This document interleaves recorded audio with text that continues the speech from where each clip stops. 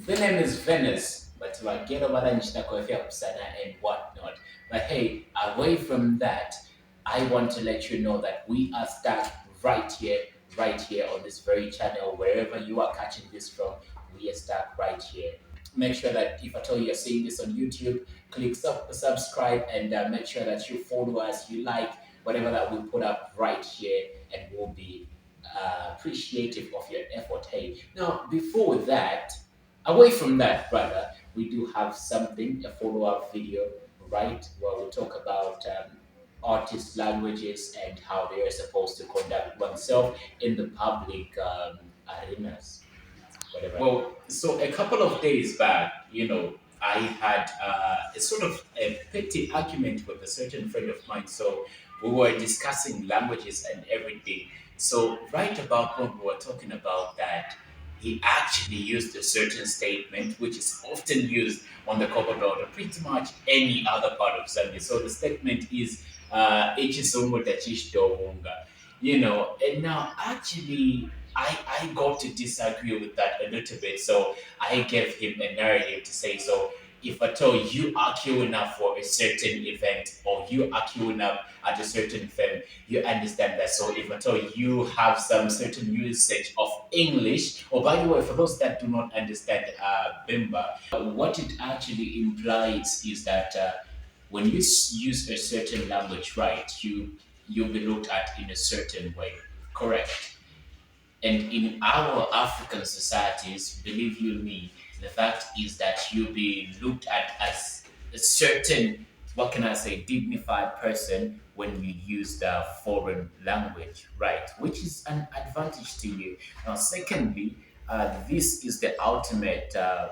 This is the ultimate point of this whole thing, right? So this one goes to all the content creators, the people that feel like they are public figures like that. I have been thinking about this for the longest time now. There's always this cliche by artists, especially artists, musicians here in Zambia. You'll find somebody who is I don't know, booked for a certain media event. They have gone for interviews and whatnot, and you realize that they are overly or just using their local languages, if at all anything. And then one thing that you get to think about is that, okay, so this person is first of all trying to sell their brand. He or she is trying to sell their art to the people out there, but with the kind of with the language pretty much that they are using, they are literally limiting themselves. They are limiting their brand to only a certain grouping of people, which is pretty much just not even half of the Zambian population. You understand that? So my whole point of making this video is to highlight the fact that whatever that you do, you have to make sure that you cut a huge piece of cake. So when I talk about a huge piece of cake, is the fact that whenever you are, I don't know, you are in the press, in the media, especially for all the artists, the content creators, I don't know, whatever that you are, that speaks to the majority of people. If at all you want to sell yourself, your brand, you just have to make sure that you communicate to a huge audience. You speak a language that is understood by most people, not just because it's not just because it's your mother tongue, not just because that's what you're comfortable with. And another point that I would love to add on to that is the fact that here in most African societies, you literally get laughed at when you use um, the foreign language. English doesn't buy millennial, which means any other language pretty much does not make you coins, right? Now, that is what it implies. Now, my argument was that if at all you are queuing up for a certain event, for a certain film, or whatever it is, right? So that's just a little bit of a narrative, right? So you realize that if at all you have some slight usage of each song, you might find your way into the front of that queue. I do not know if you do understand that, but what I'm trying to say is that it's not necessarily about the language that you speak, but it's about the number of people that you are able to communicate to, and overall how many people look at you in a certain way. Well, so the whole point for this whole video is to emphasize on the point that one has got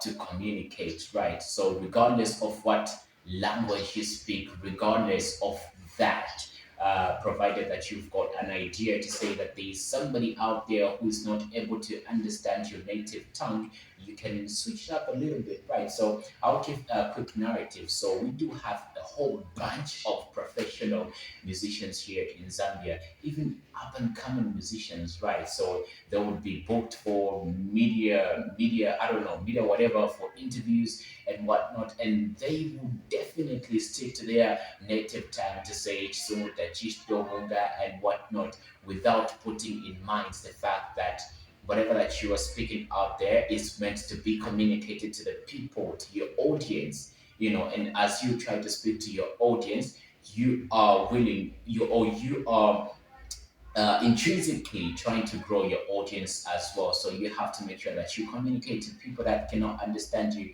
Now, by doing that, you have to make sure that you use a more broader language that would encompass a lot of people from different spaces of life, from different walks of life. And then with that, you definitely communicate to the majority of the people. I believe that's the thing. Ultimately, we are all Africans. We're proud of owning our languages that we speak, our native languages. But when it comes to business, I don't know. My advice to all the younger artists, the established artists, and everybody out there who carries themselves rather as a brand is to, I don't know, learn the most broken basic English that you can.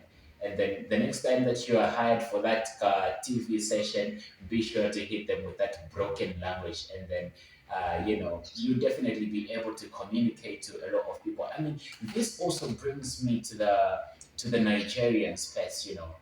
I believe we are all now well acquainted with the Nigerian artists. Now we are talking about Nigerian music. But when you listen to them, one thing that you wouldn't argue against is the fact that the English that they use there is not all that. Hey, it's kind of broken. I think that's one aspect that we all have to imitate. One thing that we have all realized is that those people's native language isn't English, right? But they use that to communicate the larger audience, which is us, and we appreciate that. I feel like we also have to pick up that. Let's learn the most broken basic English, if so, that we can all take that wherever that we want to and will be understood by the majority of the people. It's yours truly, Venice. Shout out.